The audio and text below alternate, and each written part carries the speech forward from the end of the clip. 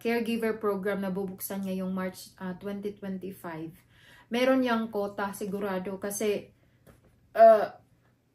yung older pilots meron siyang quota na for elderly, merong for childcare.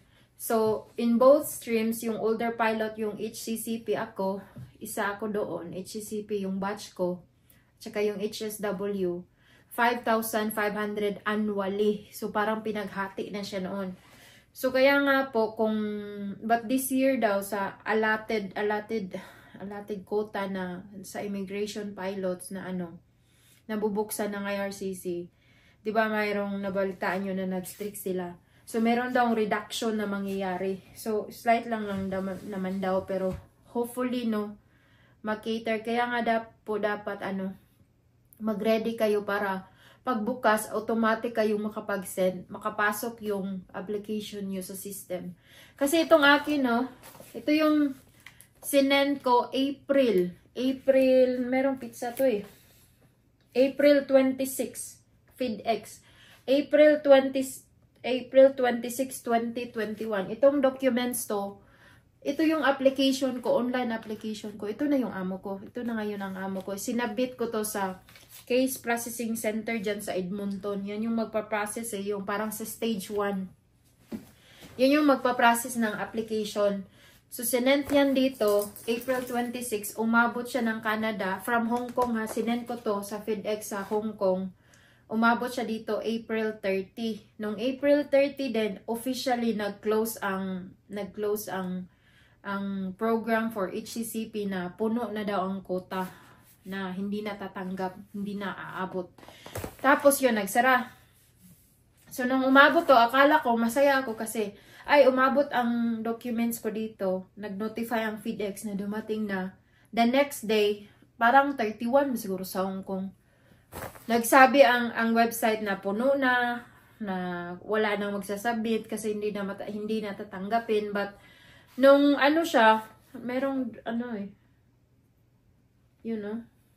April 30, received 2021.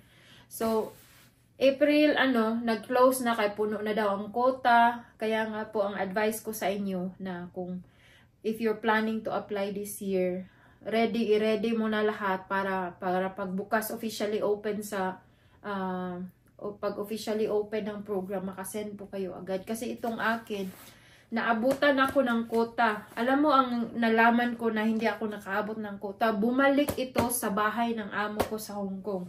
Bumalik ito sa akin, parang nag-return to sender siya kasi meron yung papel attach dito eh. Ito, galing sa IRCC na we can process, this is about your application for permanent residence in Canada sa under home childcare provider pilot. We can only process 2,750 applicants under this pilot in the calendar year. And then, we receive at least 2,750 applications under the pilot. Because of this, the pilot has closed to new applications for the remainder of 2021. So, ibig sabihin, in the year 2021, sa annual na quota ng taon na yan, hindi ako nakaabot. So, ibig sabihin, bumalik to sa akin. So, we receive your application after we had already received 2,750 applications. So, yun lang. Kaya, ito yung rason nga, hindi pa siya official nagsara ang HCCP. Nagsara siya 2024 eh. Yung parang, na talaga na ang program ng IRCC wala na, stop na. But the quota, annual quota, nag-send ako nito ng application ko, na hindi ako nakaabot. So, pagka 2022 uli, under HCCP ako, nag-send ako ng online application January 7, 2022. Nag-send ako ng online. It's the same, kanisya. Itong paper-based na to, itong documents na to, naka-online na siya. Naka-online. So, sinend ko siya January 7, online application na. But parang March 5 or March 2022, bumalik to sa bahay ng amo ko. But, kahit bumalik siya sa bahay ng amo ko, nakapag-send ako ng online application without the news without hearing the news aning application na sinend ko sa 2021 kasi 2022 na wala pa akong balita eh. Ito sinend ko 2021, walang news. So bumalik siya March 5, March 7 sa bahay ng amo ko 2022 pero nakapag-submit ako ng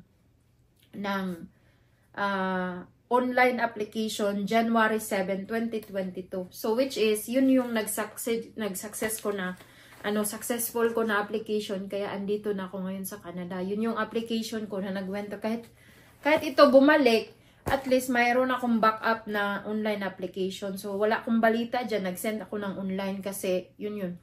Tapos ang quota sa 2022 mabilis na puno kasi pagbukas ng April 1, so, nag-start na kaagad, no? January 1, bukas na kaagad. Parang January 17, puno na kaagad ang online application sa ito. Kaya 2,750 lang pala ang tinatanggap nila sa home childcare kasi ako sa bata, caregiver sa mga bata. So, ang kalahati nun sa elderly, ang kalahating quota sa elderly.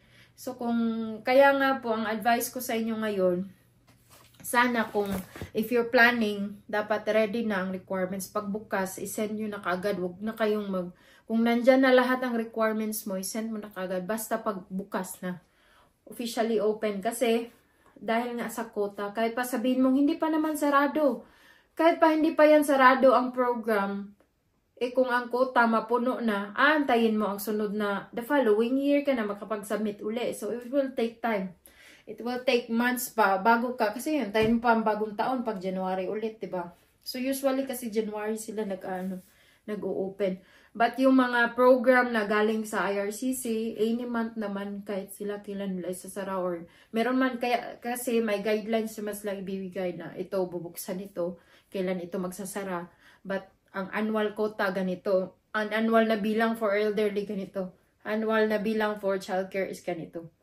So, yun pa. Good luck sa mga mag-apply.